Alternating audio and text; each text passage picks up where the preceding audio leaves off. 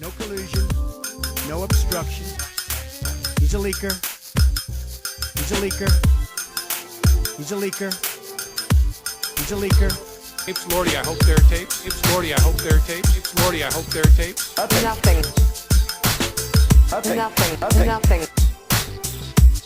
I did not have any private meetings, nor do I recall any conversations with any Russian officials at the Mayflower Hotel. Nothing. Let me say it again.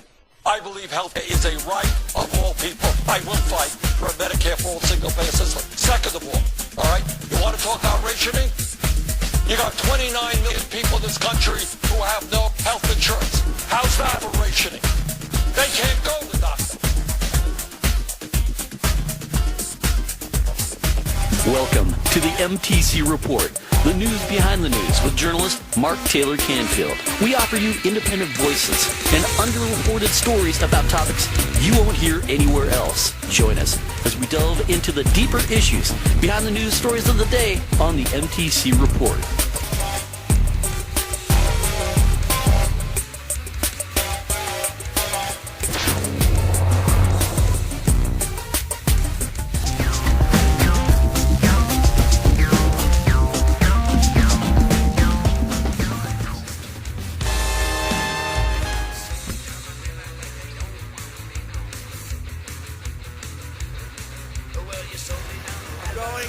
Utah. We're going to be doing something that the state of Utah and others have wanted to be done for many, many years.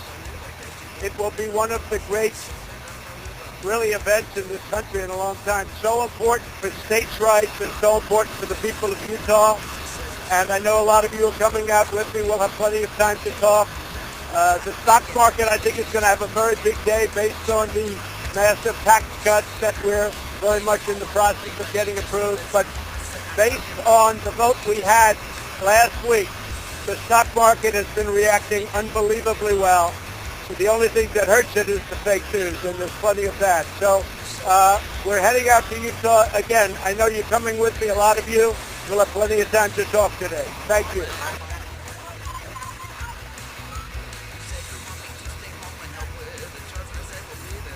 Well, I feel badly for General Flynn. I feel very badly. He's led a very strong life, and I feel very badly, John. I will say this.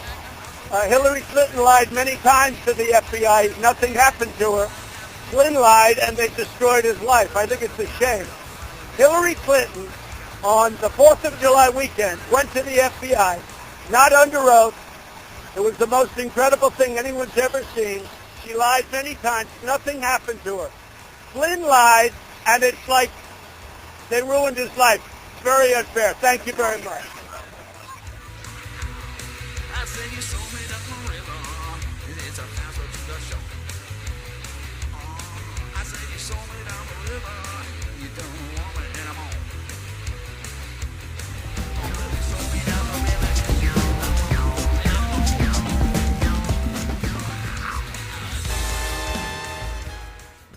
Hi, this is Mark Taylor-Canfield, and this is the MTC Report. Well, it's been a wild month of news stories, especially for breaking news featuring the Mueller investigation of members of Trump's campaign team and his cabinet officials and their alleged connections with Russian officials. It all started when WikiLeaks released Democratic National Committee emails indicating that they'd been hacked. At first, some political observers and pundits wrote the story off as typical hyperbolic political party posturing. But soon it became apparent to at least the U.S. intelligence community that somebody in Russia had been responsible for the hacking incident. Then Facebook admitted that they had facilitated some ads paid for by Russians, and according to CNN, Facebook had identified 3,000 ads that ran between June 2015 and May 2017 that were linked to fake accounts. And those accounts, in turn, were linked to the pro-Kremlin troll farm known as the Internet Research Agency.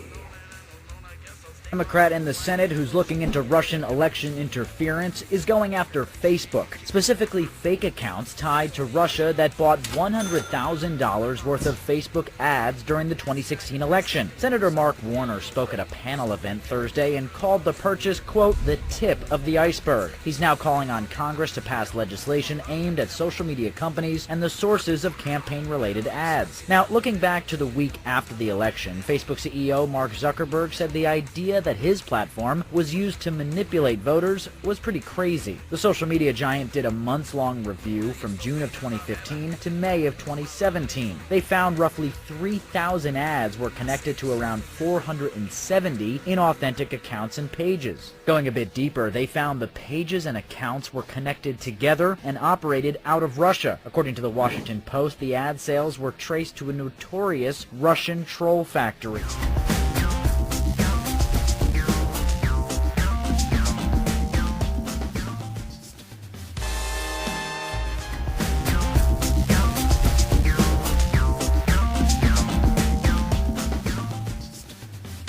Meanwhile, on other fronts, the FCC in the United States, the Federal Communications Commission, is allowing for further consolidation of corporate media ownership, leading to even more media monopolies. And this is an issue that I have been on a tirade about for years, this whole idea of the monopolization of media in the United States. The news media is already owned by only a handful of corporations. And as I've reported before, I testified before the Federal Communications Commission on this subject. And when I presented research to the FCC, which they had commissioned, which showed the negative effects of corporate media ownership consolidation, the commissioners claimed to have no knowledge of their own reports that they themselves had commissioned. And, Professors Yanich and others were very upset about the suppression of their research on this matter. And they told me that they will never again do commissioned work for the Federal Communications Commission. So much for protecting the public airways from greedy profiteers, right? Because as far as the Republicans, especially on the FCC, are concerned, the public does not own these airwaves. And that is something that was established way back in the 1920s, that no, the airwaves are owned by the public, and you have to get a license from the FCC to have a station or to broadcast, right? And then in the public interest, you must do some public service broadcasting. That is part of your license requirements. Well, today, the media and these channels are simply available to the highest bidder, leading to a very inadequate, censored, and filtered corporate news media that tells only a very small part of the story, a small part of the truth, and doesn't provide context or any real historical information or background on these news stories and how they developed. And as Walter Cronkite ably points out in his autobiography, Life of a Reporter, sound bites and sensationalism have now replaced real journalism for the most part in the United States of America. I'm sad to say that as an American journalist. I'm sad to say that as a journalist in the United States, but I have to admit it. And because of this corporate monopoly, Reporters Without Borders, an international advocacy group for journalism, has ranked the United States 43rd in terms of press freedom in their 2017 World Press Freedom Index report. And you can easily find that index and their report at rsf.org. rsf.org. That's the French version of Reporters Without Borders, but it's there in English, so you can find out who the number 1 and number 2 spots are. And you've got, the Scandinavian, Northern European countries like Norway, Finland are way up there at the top in terms of press freedom. But the United States is at 43rd. Not as far down on the list as Russia or China. And in some countries, admittedly, there is a state-controlled media, so, who do you trust? But in the United States, it's a corporate-controlled media. And so, a lot of the information gets filtered out. And it's very ethnocentric and sort of concentrates on this bubble of the news bubble in the United States instead of what's happening around the rest of the world. So, unfortunately, you end up with an uneducated electorate. Thomas Jefferson warned us about that. To have a functioning democracy, you must have an informed citizenry. And that's part of the role of the free press, is to make sure that people out there know the truth so that they can make decisions in terms of who's going to represent them and who they're going to elect. Well, of course, Donald Trump, like all good authoritarians, claims that anything which is critical of his administration is, quote, fake news. And so any attempts underway right now to criticize him, he just casts as, part of the fake news cycle. Well, that's an easy out, but it doesn't work. And, democratic leaders must be held accountable for their actions. So that's what the press is there for. All right? It's another part of the balance of power in our society, and it's a very important principle, freedom of the press and freedom of expression, freedom of speech. So, unfortunately, right now, there are more attempts underway, once again, by the FCC and their corporate, I hesitate, I almost say sponsors, but, their corporate friends, to undermine the policy of net neutrality in this country, which is leading to exclusive access to information in a so-called information age democracy, right? That's what we think we are. Well, if you're going to limit access to information, are you going to tell people they can't go to the library? That's what it's like when you shut down parts of the information or slow down parts of the information superhighway. It just doesn't make sense, okay? Free access to information is vital for any open society. And once the information superhighway requires tolls for access, then media democracy is over for the most part.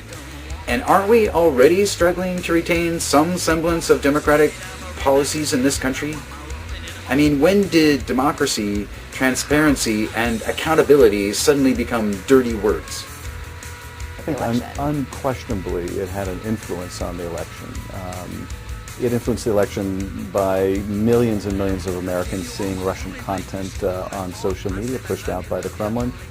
It had an effect in that the Russians were dumping emails that forced Hillary Clinton on a daily basis to have to defend herself in the campaign, and it changed the topic of the conversation on the campaign trail. But again, the very best proof that the Trump campaign viewed the Russian interference as influential is the fact that the president used it as a central part of his campaign speeches on a daily basis. And the single greatest impediment to getting to that consensus is the President of the United States, who refuses to admit it even happened. He, to this day, calls it a hoax and a witch hunt. So he is, I think, quite deliberately, for his own reasons, preventing the country from coming together around a defense to further Russian meddling. First, it was apparent right from the very beginning of the hearing that what Carter Page had been saying publicly was completely at odds with what he would later testify to, and the documentary evidence that we were already in possession of. So publicly, even up to 2 days before coming before Congress, he was saying that when he went to Russia, it was as a private citizen. He had no meetings of any consequence. It was basically talking to your man on the street. But as now has been revealed when we released the transcript, he met with people as high as the Deputy Prime Minister of Russia, which he's denied previously. Even at the very beginning of his interview, I asked him, did you have any private conversations, any private meetings with the Russian government officials? No, absolutely not. But he sends a memo back to the campaign, which in itself is significant because he was claiming this was a private trip. Sends a memo saying that in a private conversation, basically, that I had with the Deputy Prime Minister, and others in the presidential administration and members of the Duma, I gained important insights and outreach that I want to share with the campaign, completely at odds with what he'd been saying publicly. The most important thing I think that we can do right now is speak out on a very bipartisan basis that the president needs to leave Bob Mueller alone and finish his work. And I think that's the most important because we don't want to wait until there's a constitutional crisis. We need the White House to get the message now that there will be a dramatic pushback should he try to fire Bob Mueller. Probably the lowest hanging fruit is we're going to require that the tech companies, when they do political advertising, carry the same kind of disclaimer that other media are required to carry. So a paid ad on Facebook is going to need to disclose that it was paid for by what campaign and the candidate endorses the message. They were a carve-out. They're not going to be carved out anymore.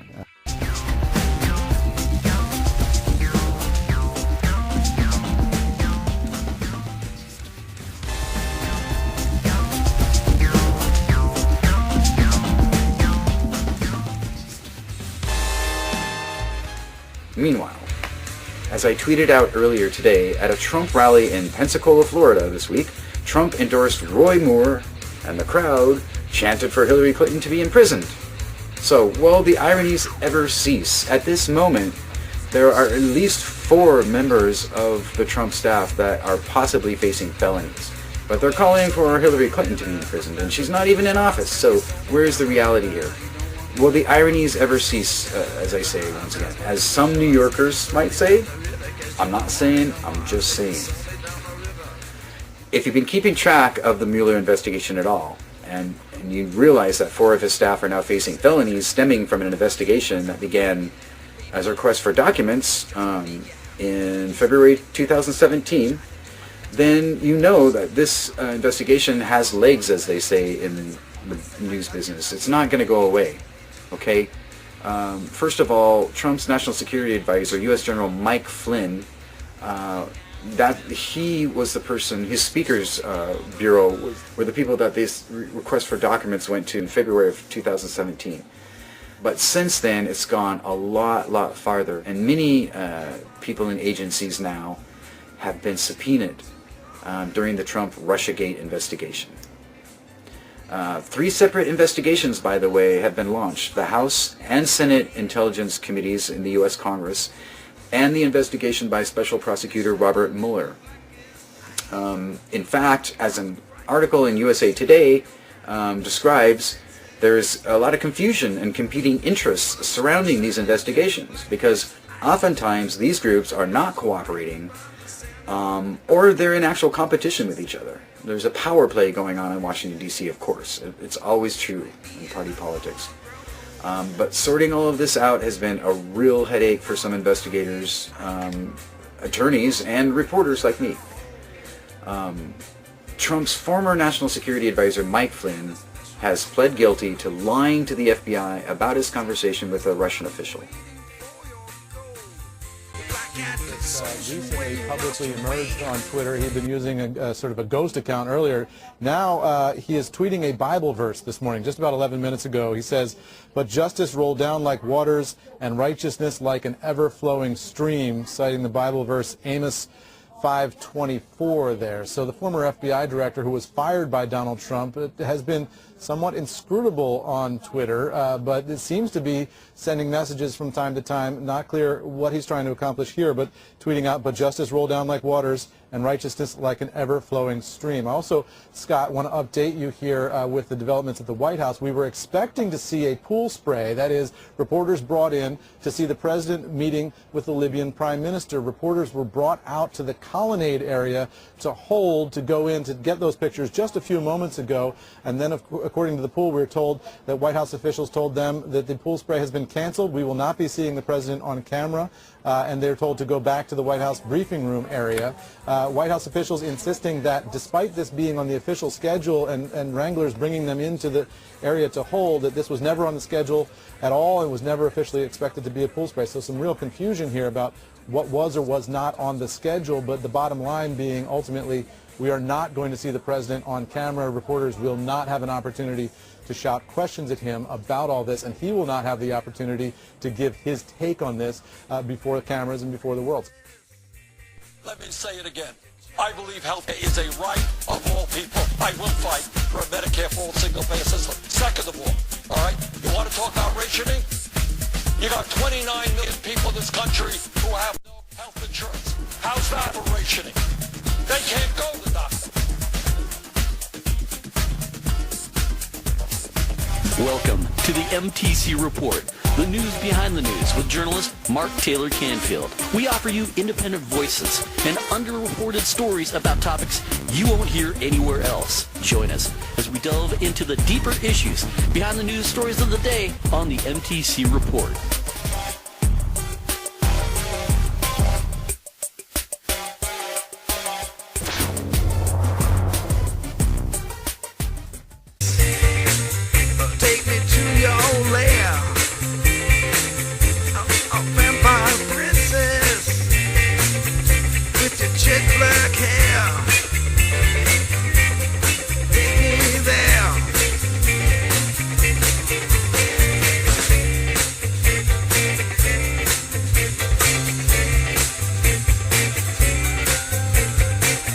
So earlier in the year, Trump fired FBI Director James Comey, which I reported on. In fact, we put together a music video called Total Lack of Recall about Sessions' inability to recall any meetings with Russian officials. And also Comey challenging Trump during those hearings, the Senate Intelligence Committee hearings.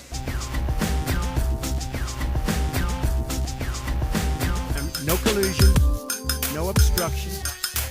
He's a leaker. He's a leaker. He's a leaker. He's a leaker. Tapes, Lordy, I hope there are tapes. Tapes, Lordy, I hope there are tapes. Tapes, Lordy, I hope there are tapes. Nothing. Nothing. I did not have any private meetings, nor do I recall any conversations with any Russian officials at the Mayflower Hotel. Nothing. Did. I don't know about these reports. I don't recall it. I don't recall it. It's conceivable that occurred. I just don't remember it. Tapes, Lordy, I hope there are tapes. Lordy, I hope there are tapes. Lordy, I hope there are tapes. Lordy, I hope there are tapes. I don't recall it. No collusion, I don't recall it. no obstruction. I don't recall it. I still do not recall it. Not to my recollection. I don't have any recollection. I don't know. I don't know. I don't recall it. I don't recall it. I don't recall it. I don't recall it.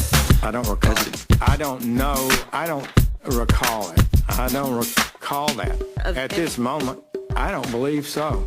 I don't recall whether that was discussed or not. I don't recall that being discussed. Of the meeting, I don't recall.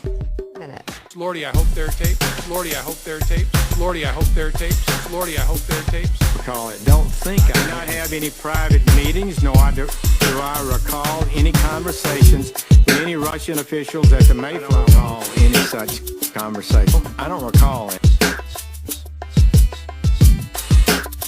He's a leaker. He's a leaker. He's a leaker. He's a leaker. He's a leaker. He's a leaker. He's a leaker. And so I thought it really important to document. No collusion, no obstruction. He's a leaker. He's a leaker. He's a leaker. He's a leaker. He's a leaker. Have no recollection of a discussion. I don't recall any such meeting. About the nature of our meeting. I don't recall any such meeting. I don't recall any such meeting. Nothing. I don't recall it. I have racked my brain and I do not believe so. I don't recall any such conversation. I don't recall it. He's a leaker. I don't recall it. I don't recall it. I don't recall it. He's a leaker. I don't recall it. Don't go anywhere. The MTC Report with Mark Taylor-Canfield continues next.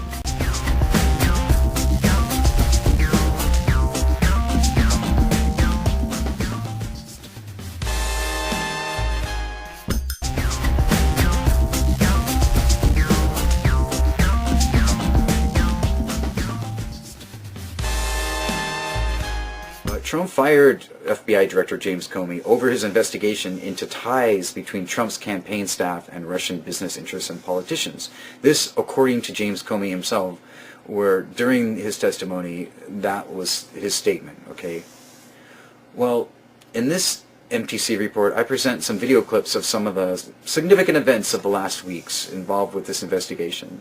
But stay tuned for further developments because this story has legs, as I said before. It's not going to go away, and you can be guaranteed that it will develop into a much bigger story as time goes on. It already has. Because people need to realize, okay, Robert Mueller's commission is to investigate the Trump-Russia connections and any interference in the U.S. elections, including hacking into the National Committee's email accounts, etc. But also, he is also commissioned to follow up on any other evidence of misdeeds, crimes or misdemeanors, that corruption that come up during his investigation. So if during the process of his investigation into the Trump connections he finds some other kind of corruption, then he is obligated to follow through with investigating that as well. So who knows where this could go, okay? That's what I'm saying. That is the truth of the situation. At this point, it's actually very difficult to tell exactly what Trump's official position is on what the U.S. intelligence agencies are saying about this Russian hacking, okay? And that's because his compulsive posts on Twitter have been very confusing and sometimes contradictory. So it's hard to tell exactly what he's saying about this. Suffice it to say that Donald Trump's presidential administration is facing a huge crisis that could end up as a constitutional crisis, much like Watergate was during the Nixon administration. In fact, Trump is starting to sound and act a lot more like the ghost of Tricky Dick Nixon, who was forced to resign after his administration was charged with corruption and abuse of power. And in that case, back in 1972, Nixon's henchmen, including G. Gordon Liddy, burgled the office of the Democratic National Committee at the Watergate Hotel, leading to calls for his impeachment. Vice President Spiro Agnew at that time resigned after being charged with tax evasion. Even though Nixon tried to use his powers as U.S. President to fire the special prosecutor and the Attorney General, he finally had to face the music and leave the White House under a dark cloud of scandal. That's where Woodward and Bernstein and the Washington Post stories came in, and Deep Throat and all of that. By the way, Deep Throat turned out to be the deputy director of the FBI. But anyway, back in those days, Nixon was considered, and still is, one of the most dastardly of U.S. presidents, even though he has served as advisors to folks even like Bill Clinton. But like Donald Trump, Nixon made a lot of enemies, and he kept a list of what he imagined were his enemies, including John Lennon of the supergroup The Beatles.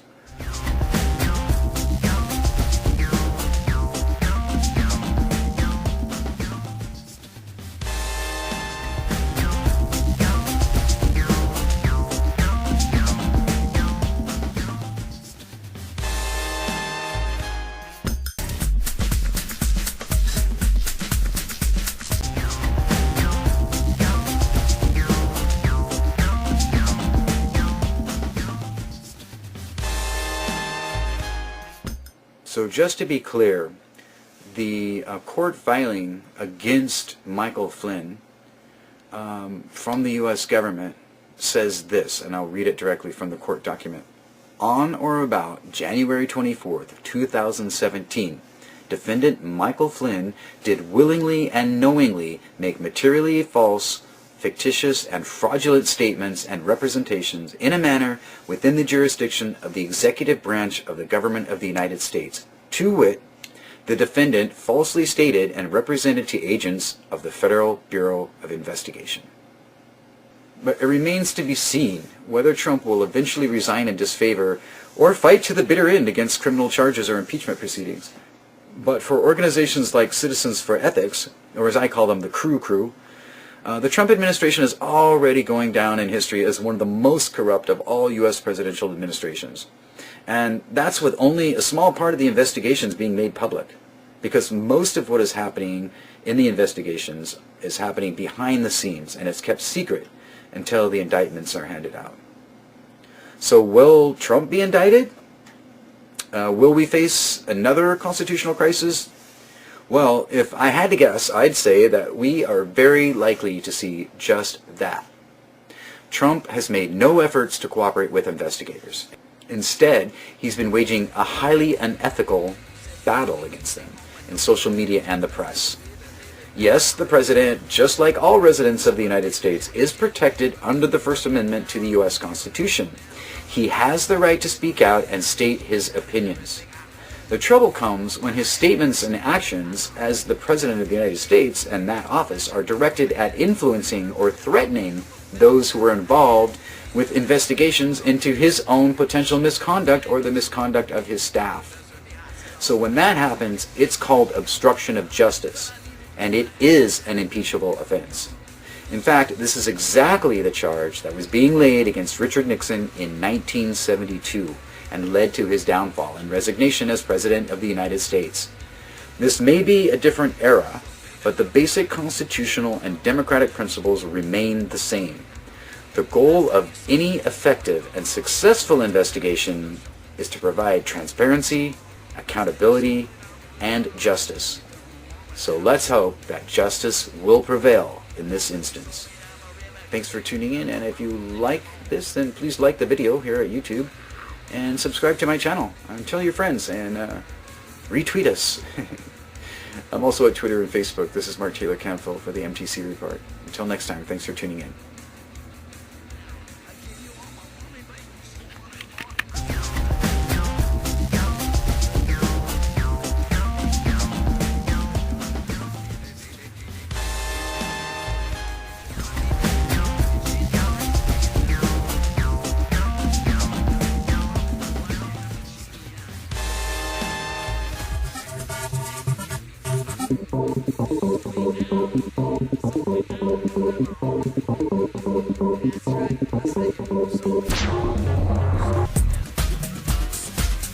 This is the MTC Report, the news behind the news with journalist Mark Taylor-Canfield.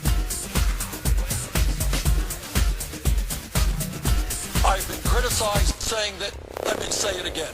I believe health is a right of all people. I will fight for a Medicare for all single-payer system. Second of all, right? You want to talk about rationing? You got 29 million people in this country who have no health insurance. How's that for rationing?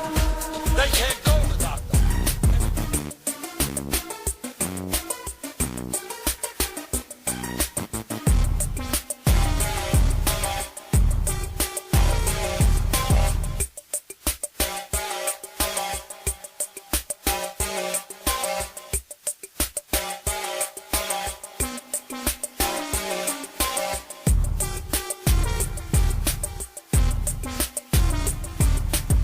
Now here's a place you always meet a lot of friends.